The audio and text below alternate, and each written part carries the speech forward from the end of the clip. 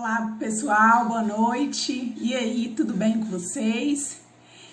Nós estamos aqui hoje para mais uma videoaula para dar continuidade à nossa matéria de clínica médica. Semana passada nós falamos um pouquinho da atuação do profissional de enfermagem dentro da clínica médica. Falamos um pouco sobre os sistemas que compõem o corpo humano e hoje vamos dar continuidade falando um pouco sobre o sistema urinário. Sistema urinário ou aparelho urinário, como é popularmente conhecido, o sistema urinário ele tem a função de produzir, de armazenar temporariamente e eliminar a urina. Esse é um composto que garante a eliminação de substâncias que estão em excesso no nosso organismo. Então, basicamente, a função do sistema urinário é produzir, armazenar e eliminar a urina.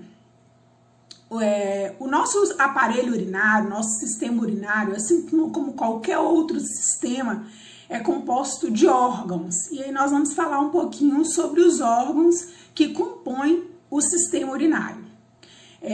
Nós temos os rins, o rim direito e o rim esquerdo. O aparelho urinário é composto de dois rins. E o rim é onde acontece a filtração do sangue e a formação da urina. Então, é um órgão de fundamental importância no corpo humano. Faz parte do sistema urinário também os ureteres, que têm a função de conduzir a urina dos rins até a bexiga. O ser humano também possui dois ureteres, um do lado direito e o outro do lado esquerdo. Aí, posteriormente, nós temos a bexiga, que é um órgão formado em formato de saco, onde ele é responsável por armazenar a urina.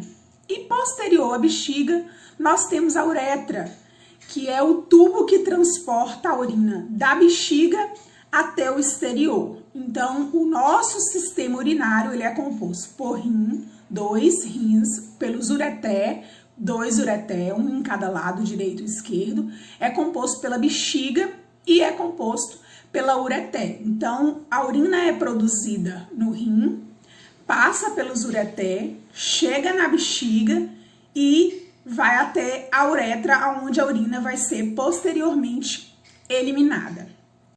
É importante falar também, gente, que existe uma diferença entre o sistema urinário feminino e o sistema urinário masculino. No sistema urinário masculino, além de todos esses órgãos aí que a gente já descreveu, nós temos também a próstata, que todo homem tem, né? E existe também a possibilidade de desenvolver câncer. Você já viu alguns problemas prostáticos, e é importante que o homem, depois dos 50 anos, sempre faça o exame de PSA, faça o exame do toque, para ver se tem alguma alteração nessa região. Então, esse também é um órgão que é composto do sistema urinário masculino. Além disso, a uretra masculina, além de eliminar a urina, a uretra também elimina o ejaculado. E então, assim, toda a ejaculação ela passa dentro da uretra, diferente da mulher que só libera a urina. Uma outra característica é que a uretra da mulher é bem pequena, já a do homem ela é bem maior, bem mais extensa. Então existe essa diferença aí, e é importante que vocês saibam. É muito característico, por exemplo, na hora da passagem de sonda, a gente identifica como o canal da uretra da mulher e do homem são diferentes, né? Inclusive no momento da passagem de sonda, que é um procedimento realizado pelo profissional de enfermagem. Eu acredito que vocês devem estar se perguntando aí, meu Deus, mas como é que acontece essa formação da urina? Como é que isso acontece, né? Então, assim, como a gente já falou, o sistema urinário ele é responsável pela formação da urina, e essa urina ela é formada dentro dos rins. Então, os rins, ele faz o processo de filtração dessa urina, é um dos papéis do rim, é fazer o processo de filtração dessa urina. Depois que essa urina ela foi filtrada, ela passa pelo processo de reabsorção de nutrientes. Então, aquilo que ainda tem alguma importância para o nosso corpo, ela reabsorve, ela traz, né, para o corpo, e o que não tem mais importância, ela vai fazer o quê? A excreção, a eliminação. Então, a urina ela é resultado do processo de filtração, de reabsorção e de secreção, para posteriormente ela ser eliminada. Dando continuidade, nós vamos falar um pouquinho sobre as principais afecções que acometem o sistema urinário. Então, assim, nós sabemos que são diversas as doenças do aparelho urinário, mas nós vamos pontuar aqui hoje com vocês as principais afecções e qual é o papel do profissional de enfermagem diante dessas afecções, como nós, profissionais de enfermagem, devemos nos comportar diante desses acometidos. Então, assim, as principais afecções que compõem o aparelho urinário são as infecções urinárias, que são bastante conhecidas. Temos também as insuficiências renais, as doenças renais crônicas, os cálculos renais, e podemos também ter câncer no aparelho urinário. Falando um pouquinho sobre as infecções urinárias, ela é caracterizada pela proliferação de micro-organismos, bactérias ou fungos em qualquer parte do sistema urinário, causando sintomas como dor, desconforto, sensação de queimação na urina, e ela pode ser classificada em vários tipos. Os principais é a cistite, quando essa infecção urinária ela atinge a bexiga. Então, quando a infecção urinária ela atinge a região da bexiga, a região onde fica o reservado urinário, a gente chama de cistite. Quando essa infecção ela chega na uretra, a gente fala uretrite. E quando ela chega nos rins, nós chamamos de nefrite. Então, há uma diferença a partir do órgão que essa infecção ela acomete. Então, cistite, quando atinge a bexiga, uretrite, quando atinge a uretra, e nefrite, quando atinge os rins. Esse é um dos maiores problemas que acometem, né? A principal afecção que acomete o sistema urinário, e normalmente ela causa dor, disúria, hematúria, que é sangue na urina, desconforto. Então, essas são algumas características que constituem, que causam sintomas de infecção urinária. A orientação maior com relação ao combate dessas infecções é a ingestão adequada de líquido, porque como vocês viram aí, o sistema urinário, a urina, ela passa pelo processo de filtração, né, e excreta a urina posteriormente. Então, a água que a gente ingere ajuda na hora que o corpo vai fazer esse processo de filtração dessa urina, que acontece na região renal. Então, assim, a ingestão de água ela é de fundamental importância para o corpo humano, não só para o sistema urinário, como para os demais sistemas que compõem o corpo humano. Outra afecção do sistema urinário são as doenças renais crônicas. As doenças renais crônicas ela é constituída pela perda progressiva da função dos rins e apresentam sinais e sintomas quando a doença já está bem mais avançada, que é o inchaço nos pés, fraqueza, uma urina mais espumada, coceira no corpo. Quando a gente fala de doença renal crônica, é quando o rim ele perde progressivamente a sua função. Quando o rim ele para de ser responsável pela filtração, que é a função principal, a filtração do sangue, as doenças elas começam a aparecer. Por exemplo, o paciente que é submetido à hemodiálise. O que acontece? O rim desse paciente, ele deixa de funcionar adequadamente, não sendo mais capaz de fazer a filtração sanguínea, a filtração do sangue. Nesse caso, o paciente ele tem que ser submetido à hemodiálise, que constitui uma máquina que vai fazer a função dos rins. Ele vai ser responsável por filtrar esse sangue, então o sangue ele sai todo do corpo, ele vai para essa máquina, a máquina faz a filtração desse sangue e devolve normalmente esse sangue para o corpo humano. A hemodiálise, na grande maioria das vezes, é feita 3, 4 vezes por semana, e aí a pessoa tem que ter algumas restrições com relação à dieta, com relação à ingestão de líquidos, porque o nosso rim, ele faz essa filtração diariamente, né? Frequentemente.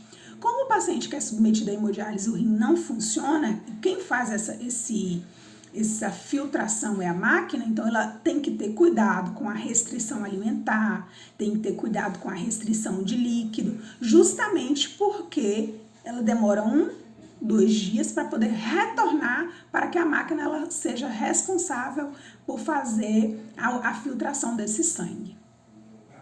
Outra doença muito comum também do sistema urinário são os cálculos renais, normalmente conhecido como as pedras nos rins, né?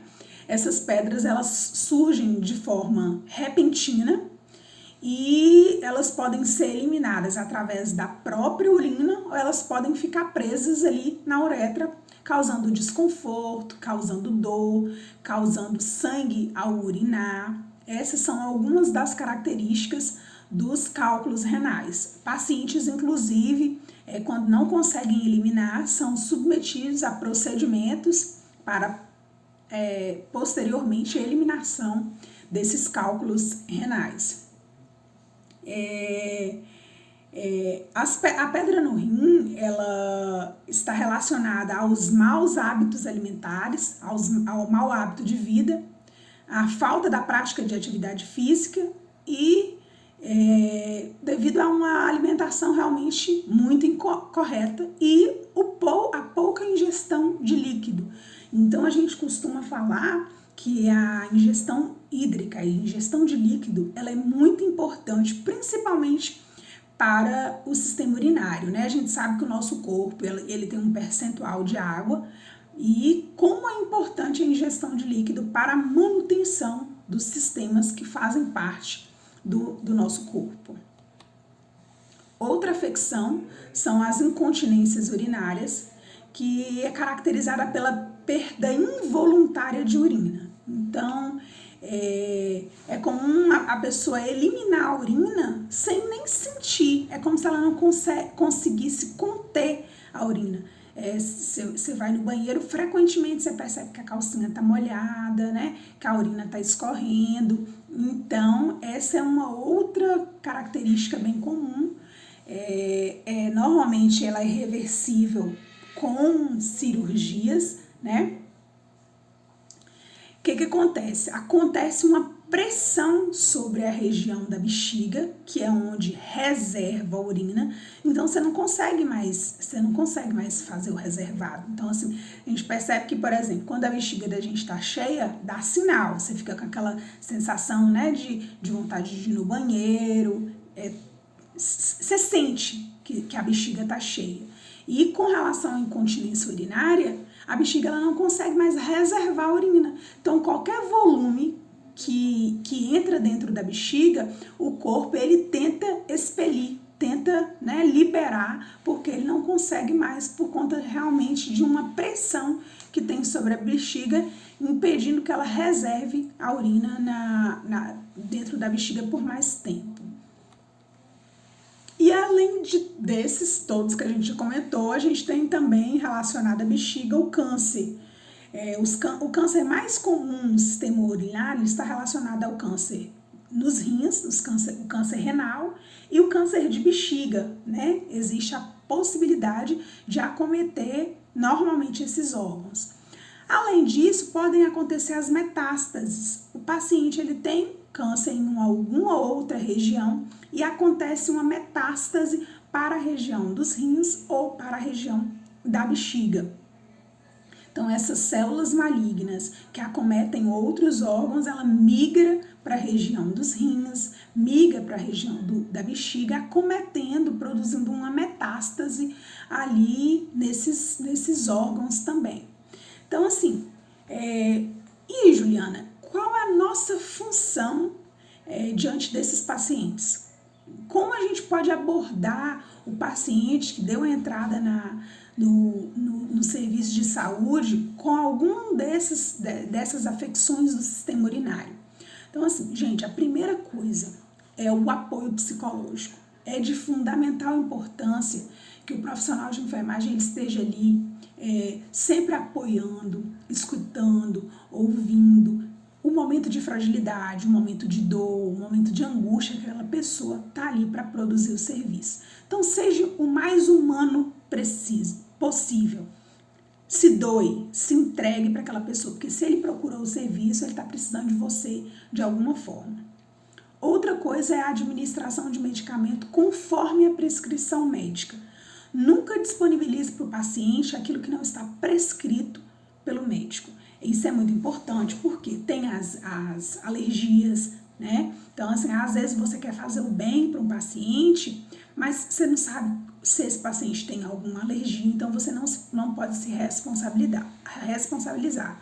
Como nós falamos na aula anterior, cada profissional ele tem a sua função dentro do serviço. Então, a nossa função de profissional de enfermagem é administrar a medicação, não é prescrever. Então, administre a medicação sempre conforme a prescrição médica. Outra coisa é orientar a higiene íntima adequada.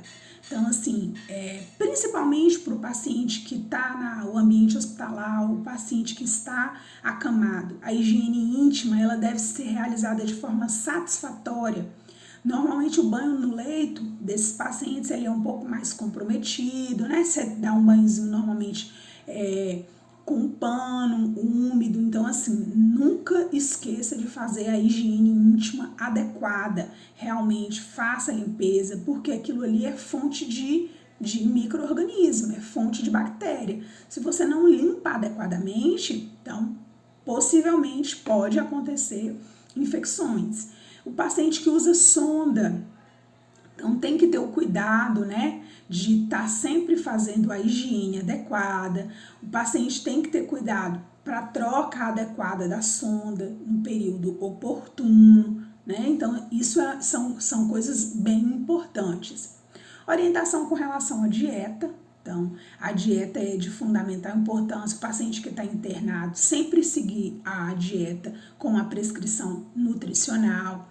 Ter o cuidado com a ingestão de sal, porque o sal ele calcifica, pode ser, né, um grande vilão aí para as pedras no rim. Então, sempre está ligado com relação à dieta prescrita. Para o paciente, principalmente para o paciente que está internado, é importante fazer a verificação dos sinais vitais de forma rigorosa, gente. Não passe por cima, não. Se tem que fazer a verificação, faça conforme o horário prescrito. Vá, olhe para o paciente, veja a queixa do paciente, verifique os sinais vitais e nunca esqueça de anotar todas as informações no prontuário do paciente. Para o paciente que está internado também, o balanço hídrico ele é importante, a quantidade de líquido que entra e a quantidade de líquido que sai, que dependendo da afecção, dependendo da doença que esse paciente está exposto, a ingestão hídrica, né, o balanço hídrico ele vai ter um papel importante na avaliação desse paciente. Manter sempre a asepsia dos procedimentos a ser realizados, por exemplo, na passagem da sonda, por exemplo, no processo de hemodiálise, né? Então, assim, é sempre importante na hora que for realizar o procedimento, manter sempre a asepsia daquele ambiente onde será submetido ao procedimento. O paciente que está na máquina, o paciente que está com o aparelho, sempre está atento a qualquer alteração que venha apresentar essa máquina ou esse aparelho a qual o paciente está inserido. Então, é importante. Gente, como eu falei, não deixe de anotar nenhuma observação. Intercorrências, administração de medicações, procedimentos que foram realizados. O prontuário do paciente é a ferramenta de trabalho do profissional de enfermagem. Então, ele permite que outros profissionais eles consigam acessar e saber todo o histórico daquele paciente através do prontuário. Então, sempre escreva todas as observações. E eu vou trazer um pouco para vocês com relação aos termos técnicos mais utilizados relacionados ao sistema urinário. Juliana, é complexo, é difícil, gente, não precisa decorar. Aos poucos vocês vão pegando, né, quais são esses nomes que são comuns, porque nós, profissionais de enfermagem, a partir do momento que a gente adentra o serviço, a gente vai utilizar termos técnicos, né, não para conversar com o paciente, mas para fazer a descrição no prontuário. Então é importante que você saiba, quando alguém fala bem assim, aquele paciente está com hematúria. Ai, meu Deus, o que é hematúria? Eu preciso saber o que é hematúria, entendeu? A micção do paciente está... Então, o que é? Então, a gente precisa saber, conhecer os termos técnicos. Então, em cada sistema, eu vou sempre trazendo os principais termos técnicos utilizados para vocês irem se familiarizando com eles e, aos poucos, vamos começar a fazer a utilização deles também. Então, eu trouxe aqui os principais termos: micção, que significa o ato de urinar; a diurese, que está relacionada à quantidade de urina emitida pelo paciente; a anúria, que significa a ausência ou a diminuição da urina em volume de até 50 ml dia; a oligúria, que é a diminuição do volume urinário abaixo de 500 ml dia; a poliúria, que é o aumento do volume urinário; a polaciúria, que é a vontade frequente de urinar sem aumento da diurese; a nictúria, que constitui na micção frequente à noite; a enurese noturna, que constitui na incontinência urinária que ocorre durante a noite; a disúria, que é a dor ao urinar; hematúria, que é a urina com sangue; piúria, que é a urina com pus; a glicosúria, que é a presença de glicose ou açúcar na urina; a colúria, que é a presença de pigmentos biliares na urina; e a proteinúria, que é a presença de proteína na urina. Então, tá aí os principais termos técnicos que nós, profissionais de saúde, utilizamos no nosso serviço, que é importante que vocês aprendam também.